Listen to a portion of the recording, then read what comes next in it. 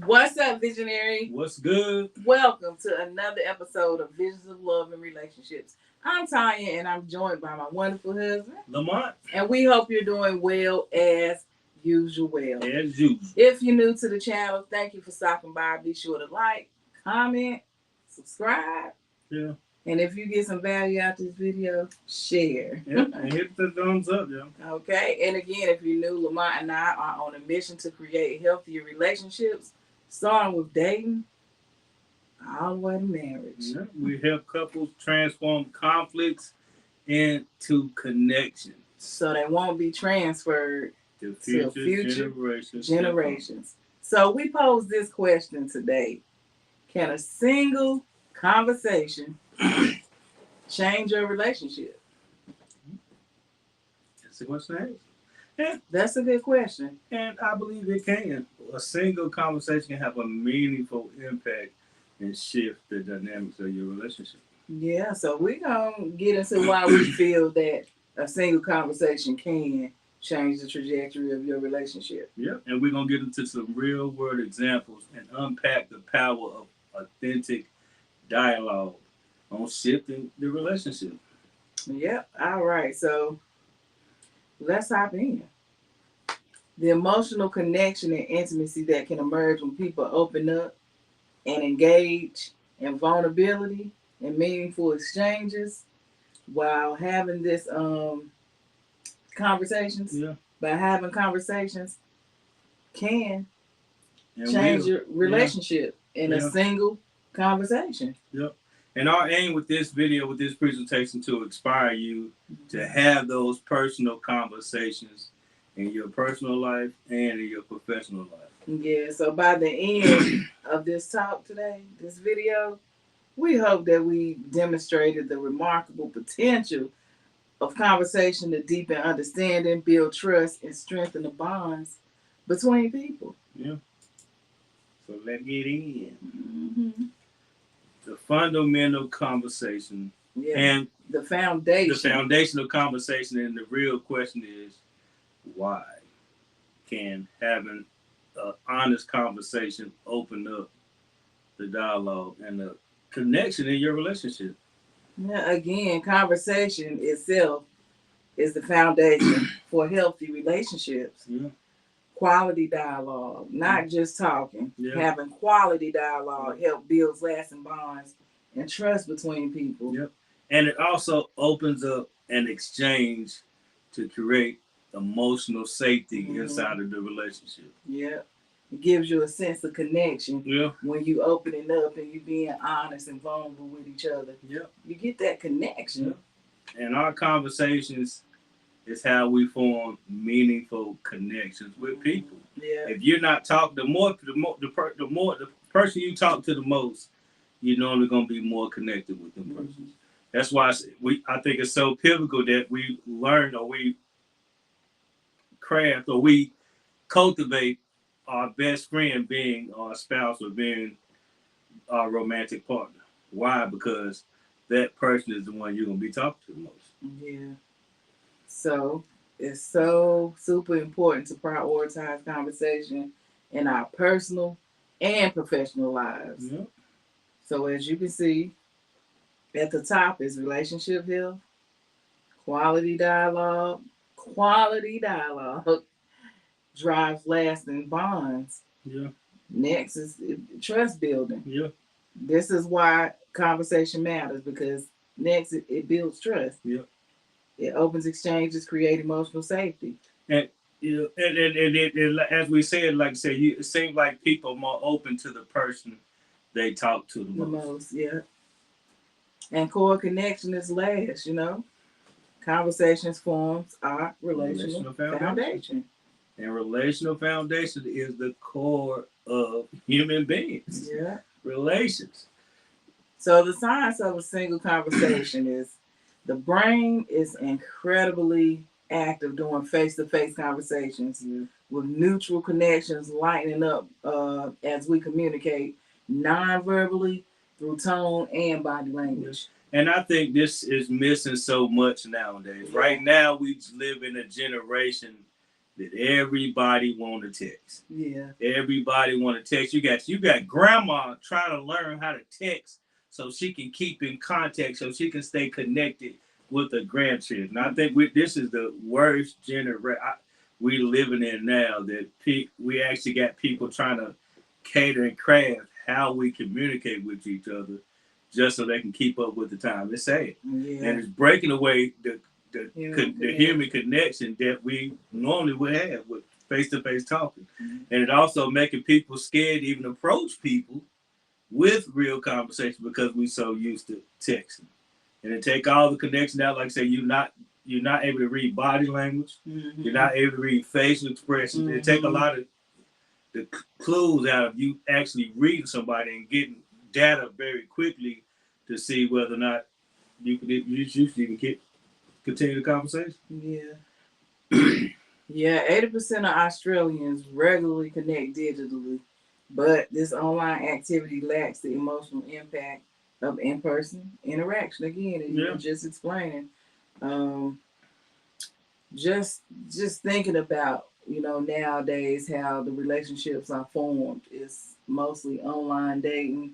Yeah. And so this person can, like I say, this person I said in the previous video, this person can be like anybody doing anything anywhere. Yeah. And you dating them online and you don't even really know this person. You can't see how they move. Just nothing. No human connection. Yeah. So you end up getting with somebody that's like far fetched because they can be whoever they want to be digitally. Yeah. And a lot of times we don't make the transition. Like if you meet somebody online, people don't make the transition to stop all that texting. And sometimes you can get a whole misconception of somebody, but because all they can do is text. Right. They don't really have a conversation. When you sit down and have a conversation with you, they can't even talk. Yeah. But then as soon as you out there, all of a sudden they miss the talk on the text. Why? Because you got Apple and everybody, they adjust your text. So they adjust what you're kind of trying to say. You don't really get the right. You just miss the whole connection. Me personally, I hate texting. You won't get me texting. And if you text me, I'm probably not even going to answer your text. You better all call me because and the Bible said, be not transformed by this world, but be not transformed to this world, but be transformed by the renewing of your mind. So even though texting is the thing that people want to do, that's still worldly possession, a way of connecting with people. So I refuse to adapt that way of connecting with people as far as texting. You got to call me. I still, my mom might text me, I pick up the phone to call her, or I go over to her house. I still dislike the text. And all that is, it takes too long to text. Sometimes I know the youth, they good with it. They talking and stuff now, but I just can't. I hate texting, man. Just take the human connection out of conversation. Yeah. And not only that, I can say a lot. I can see a lot more when I'm talking to somebody versus texting. So FaceTime me, dang. At least you. No, I don't like FaceTime. I know you don't. But it's more human connection than using that text or DM. At least you can see them. Yeah. You can see their body language. You can see them. Yeah. So I would suggest if you really want to have a meaningful, more connected relationship, then you got to put down that text. You got to put down the text. And the DM. And the DM. You should actually, you and your partner should actually push towards, let's not do the texting no more. Yeah. If we got a conversation, we want to talk, I know sometimes it's convenient. Texting is convenient for some, but a lot of times like I said, it takes in a way. They're a good old fashioned human connection because we using that as our main source of getting in contact with people. You got people are actually sending that they send a text message on Mother's Day. We send a text message on birthday to our mom. Happy birthday, mom. We take it, and that's crazy that we using that as our means of connecting. Not only sometimes when we send a text message to our mom, we also send it to the sister. We also send it to everybody else, get the same treatment that we give it to our mom. Yeah. That we give to that special by. So it's like nobody is special because we use this. Let me get it on out the way text. So if we really want to have a more meaningful, connected relationship, I would suggest that you really cut that text message out when you communicate with your partner. Yeah, absolutely. So, one of the things that face-to-face conversations do is it builds trust, and it also builds bond between people twice as fast compared to digital interactions. Yeah, twice as fast. Yeah. So the science shows that even a single conversation can have a profound impact on relationships, tapping into the power of human connection and nonverbal communication. Yeah, and just to do this nowadays, with like when you meet somebody, like I said, will have a profound impact because so many people are texting. So when somebody actually want to say, "Oh, I want to get on the phone and talk," instead of text, change the dynamic. Yeah. Especially in the dating scene, where I see now, man, because people are scared of old fashioned conversation. Yeah, absolutely. When one conversation shifts everything. Yeah. Honest, vulnerable conversations can shift relationships and perspectives. Yeah. And the name of the game that your goal is to have an honest conversation, being honest, and to, like I said, to hit the person emotion so they'll change their ways. Right. When you being honest, share authentic feelings without the filters. So really share how you feel. You know, like if this is your partner, you should trust them enough to be vulnerable and let it out. Yeah. And name the emotion. The more vulnerable you can get, the more sympathetic you can get, especially if you're trying to get something from your partner. People do not respond to harsh criticism, especially a man. A man not gonna respond to you trying to tell him to do something when you acting like his mama. Even though you are his mom, you probably do persuade his mom. But the fact that when you start putting demands on the man, acting like his mama, he's gonna push away.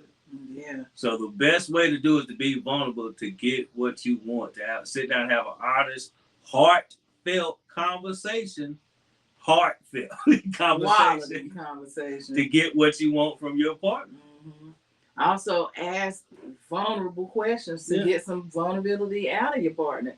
Even about difficult topics can uncover important insights. Yeah. Sometimes we shy away from like little things like childhood stuff, or I mean, not necessarily that deep. It depends on the relationship, but just like more personal. Yeah, like even intimacy questions, like, you know, what's your favorite position? I'm sorry to say that, but you know, get into it. Figure out your partner. Get your partner up and up, because you can't read your partner's mind. And you will uncover little hidden, maybe areas of that you might need to work on in the relationship, or maybe areas that you didn't know that you was actually doing good. So you can shine a light on that. So that's why it's so important that we have honest, vulnerable conversations on a regular basis about different topics, difficult topics, with our partner, so we can actually increase the intimacy, increase the connection.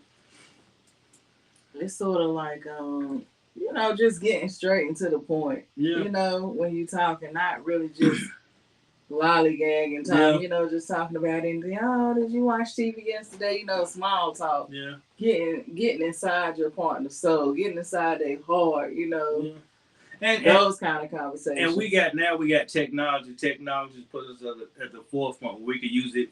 It can harm us, or it can help us. And too often, I think we use the technology as a harmful way.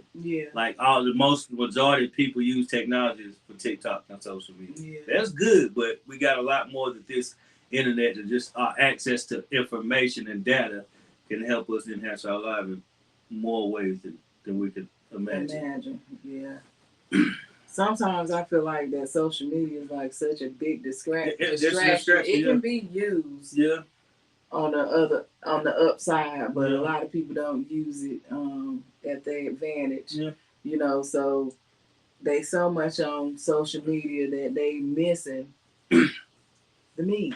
That's actually in technology. And even speaking of social media, you know, it's crazy that people can like your stuff on Facebook, talk to you on Facebook, but then when in real life they don't even say nothing to you. That's how disconnected we are. We see everybody be talkative on what on Facebook, but then when they see you in real life, they don't say nothing. Or it could be the opposite effect. They might say something in real life, but they don't say nothing on Facebook. Yeah. They say something like, "Girl, I saw your post." Yeah. Like, oh yeah. Disconnect. Why you let me know? He said, I liked it. No, like I liked it. I love what y'all doing. And so, well, why you didn't love it? So I can know you love what we doing. You got you if you say, let's say you say I like your post, and you would show, you can tell how much a person likes something by what they do. Yeah. Like if I say I like your post, girl, I be seeing your stuff. I like your little post, and you never liked it. You don't like my stuff. You just said you just sparked up a wasteful conversation just because you ain't had nothing to say when you saw me. And an icebreaker. That was an icebreaker conversation that they had. Keep it real, man. We got to stop doing all that front. I think that we got too many people right now to just front. Stop fronting, man. Technology. Well, I ain't gonna say technology. I'm gonna say social media. Social media. On this one, yeah. This is a distraction. All right, so creating the space between.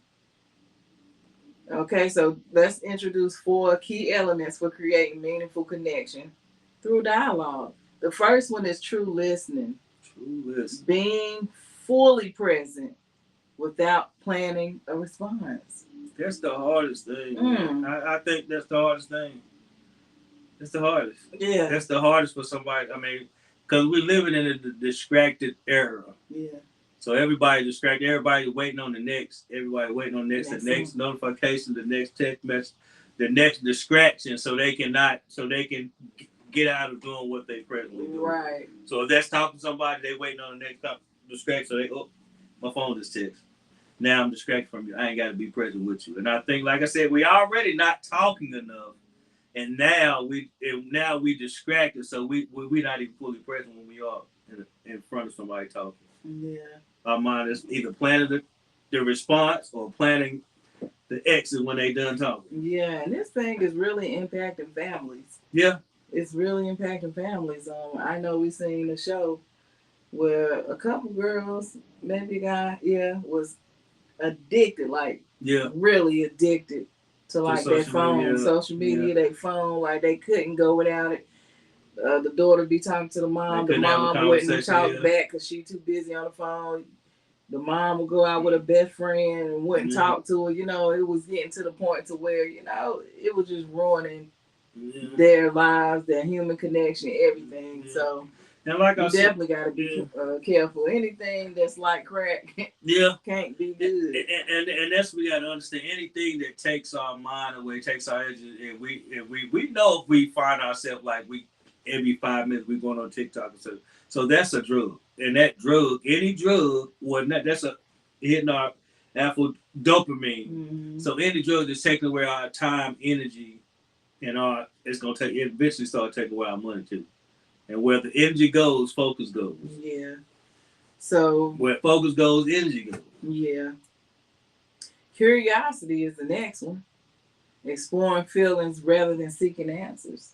Yeah. So pique some curiosity. Have some curiosity. Ask those questions. Yes. I think if you're having a conversation, the first true way to know that you're really paying attention to the person, you're going to ask at least one question versus ready to give your response. You ask a question. Not only that means, oh, you said that really happened to you. Mm-hmm. Simple as that. Bam, I'm curious, and I'm showing interest, and the most important thing you can do to create the space between you guys to open up the dialogue, to have these meaningful conversations, to actually be present and turn around and look at someone when they talk. Yeah. That's the most profound thing that you can do right now, is to stop, be present, and actually fully turn around. And like I said, sometimes you could be talking to somebody, you could tell whether or not they even in tune in the conversation, the way your body position. So if my body position like this and I'm talking to somebody, it's like I'm here, but I'm not here. Right. But if I'm turned around, I'm fully present, my head and everything, and I'm not on my phone, I'm fully present. This is big, fully present without planning the response. I'm fully present. So at this posture, I'm able to more of a open posture to actually be empathetic to what you're saying, to ask questions, because I'm at this curious, attentive posture. Yeah. And we got to do that if we want to fully engage in the conversation. And a lot of times, when we get conversation, a lot of times it don't take much to really have an impactful day of talking. Yeah. Sometimes, a lot of times, I know people that work and you got y'all in and out the house, or y'all busy life, y'all working 9 to 5, so y'all separate. So you might not only have like 10, 15, 20 minutes of quality conversation that guys get to have. So it's so extensive that the time we do have, it be quality. Yeah. And so, yeah, this is a conversation. This is a whole conversation, creating space between the true listening, the curiosity. All of this should be going on when you're having that conversation that can change your relationship. Okay? So, next is the unsaid. Appreciate meaningful pauses in dialogue. So, appreciate pauses. Yeah. Those take them as time to think about it. Silence is not always bad. Right. Yeah. And then we have emotional presence, creating safety through undivided attention. Like as I you just said. Yeah. Turning over, like I said, this bit. Let's focus on this week. When our partner, when our people, anybody we talking to, fully give them our fully undivided attention. Body, head, and any other body part that we may want to drift away, but fully give my whole attention with our whole, even the feet, because your feet can mean something too. Your feet can be turned a different way, meaning you're really not there too. So focus on this week, giving our full body, being attentive with our full body in the conversation that we have with somebody. Yep. So these 4 elements: true listening, curiosity, the unsaid, and emotional presence, can help foster a space for deeper understanding and connection between people. And intimacy. Like I said, a woman needs quality time. Depending on how busy your lives is, a lot of times you might not have that much time to be given quality time. So the time that you have, like we said, is so essential that you do it right. It's so essential that you be fully present when you talking to your partner. Yeah. So let's discuss 3 real-life case studies that demonstrate the power of open, honest communication in relationships. Yep. The first case is about a long-term couple who found renewed closeness by having meaningful debates and discussions about their future dreams. Yep. And like I said, that was us. Yeah. And when we first, like I said, every year, or different phases of our relationship is like we gotta revisit, and sometimes dreams change. Different season, God may put something else in our life, so things change.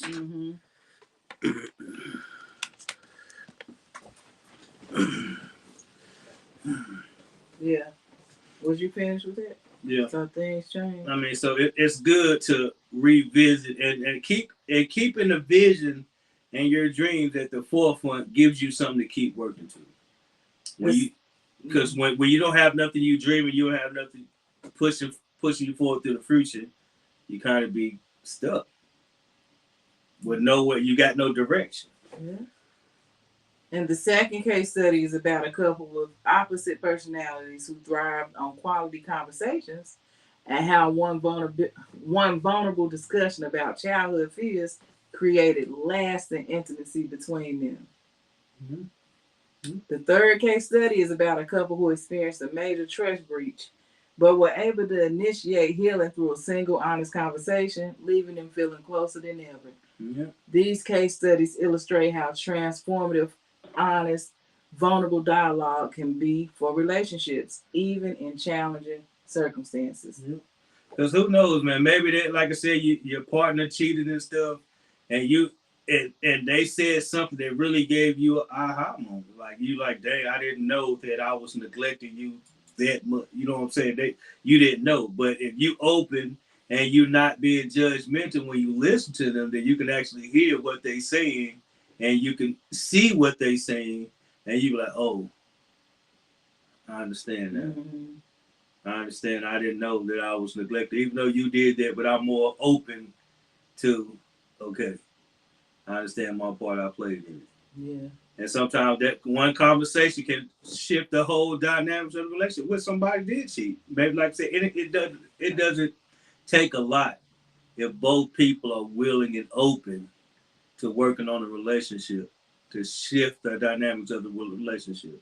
Now, if you're not really willing to work on a relationship, then a heartfelt, honest conversation may not change anything. But if you got two people willing to work on this relationship, your relationship, then I guarantee you, having heartfelt conversations, the more you can have them, you're going to change the dynamics of your relationship. Yeah, the one thing I just noticed is that the slide is not moving on the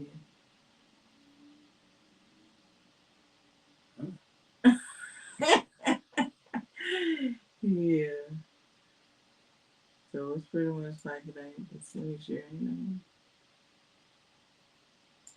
So let me see if I can get that on PC as it is on here. Yeah, yeah, okay. So forgive us. All right. Obstacles and opportunities. Common barriers include fear of vulnerability, digital distractions, conversation avoidance, and time constraints. Yep. All these create barriers for connection. Yeah. All these create distractions for you to have meaningful conversations. Yeah. And on the right, we got hidden opportunities, ways we can overcome these barriers. Focus on understanding, not just outcomes. Yeah. A lot of times it's not about trying to solve every problem that we presented with. Many times it's just people just want some understanding. Do you understand? We never say got to solve, but do you understand where I'm coming from? Yeah, I understand where you're coming from. Because understanding where you're coming from is actually solving the problem in many cases. Just understanding is actually solving the Yeah. Engage in daily authentic exchanges. Practice active listening and embrace discussing uncomfortable topics. yeah. The key is to shift our mindsets from the obstacles to the opportunities that's available to us. Yeah. By being vulnerable, present, and curious, we can have more fulfilling and impactful conversations with our partners. Yep. And one of the most marvelous things, like I said, that we do, even right now, like us doing this video for y'all, is actually doing this video for us. So we killing two birds with one stone. We helping you, and also sharpening us and helping us too. This is intimate talk for us. Yeah. All right. So in conclusion, let's take the first step. Okay. So the first step is to create space. Yeah. Set aside uninterrupted time to have important conversations like the ones we've been talking about. Where you fully present. Right. So body language. Yes. Body. Yes. Mind and soul fully present. Fully and present. we would suggest that you do at least 10 minutes once a week, once a day. The more frequently you can do it, the more connected you can be. And the goal is, man, you got to be intentional. Because if you're not intentional, then you will unattentively track relationship that you will not like. Yeah. You ain't got to do nothing. Naturally, a bad, unhealthy relationship is going to come knocking at majority of people door. Yeah. But if you want a healthy relationship, you got to be intentional. And one of the first intentional things you can do is talking. Creating space for meaningful, simple talking connection. 10 to 15 minutes a week or a day, the more the merrier that you can implant this step one of your relationship, you're going to see extraordinary results. Yeah. And when you have that conversation, be honest. Yeah. So the second step is to begin with honesty. Yeah. Share something you've never expressed before. Being vulnerable and open is crucial for building deeper connections. Yeah. The third step is to listen deeply, as we said, actively listening. Focus completely on understanding the other person. Understanding. Not just formulating your response. Okay? So listen to understand, not to respond. A challenge. Yeah. This is your challenge for this week. Truly emerge in the conversations that you are having with people. Be honest. Be this right here. I want this to be a week of honest, where you actually talking. And I guarantee you're gonna watch this week be a transforming week. Yeah. So create the space where you and your partner, y'all can have meaningful time. Set a time where you say, okay, every Thursday. It was one of the things that we did when we raising our kids. That one of the things that they actually miss that we kind of stopped doing. Sometimes it can get out of hand when you're dealing with them kids, but when people in it, I can see the star. You keep talking. Go ahead. Yeah, but just having it, setting a time, being intentional about setting a time where you can, we also have, we're going to spend 10 minutes a day, we're going to talk, or 10 minutes a week. On Thursday, we're going to talk, and we're just going to sit down, and I'm going to do 10 minutes of talking, and you're going to do 10 minutes of talking, and if you don't got nothing to say, then use the time to pause. But I think the more you do it, you're going to come in the conversation with something to say. And be open, like I said, emotional, open, and talk about what's on your mind. The more you can talk about what's on your mind, it's going to help you from brushing things down the road. Sometimes you got to have hard conversations. I know it's hurts for people and they try to avoid it, but you got to have the hard conversations early on so they won't build up resentment in a relationship later on. Yep. So we challenge you again. We want you to challenge yourself, like my baby said, to have one truly honest conversation this week. Watch how it transforms your connection. And this has been another episode of Visions of Love and Relationships. We hope you enjoyed. If you got any value, again, be sure to share, like, and comment. Let us know if you feel like a conversation could change your relationship. Yeah.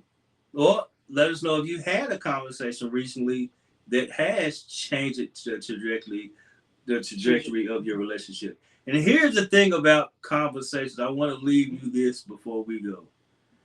The fortune is in the follow-up.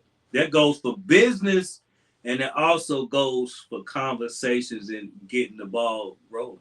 The fortune's in the follow-up. So keep following up, doing what you said, what we presented to you in this video. Keep showing up, keep creating that space. Open, listen, honest communication. Yeah.